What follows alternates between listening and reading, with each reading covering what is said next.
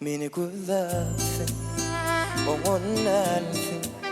Meni küsersin dedim sana.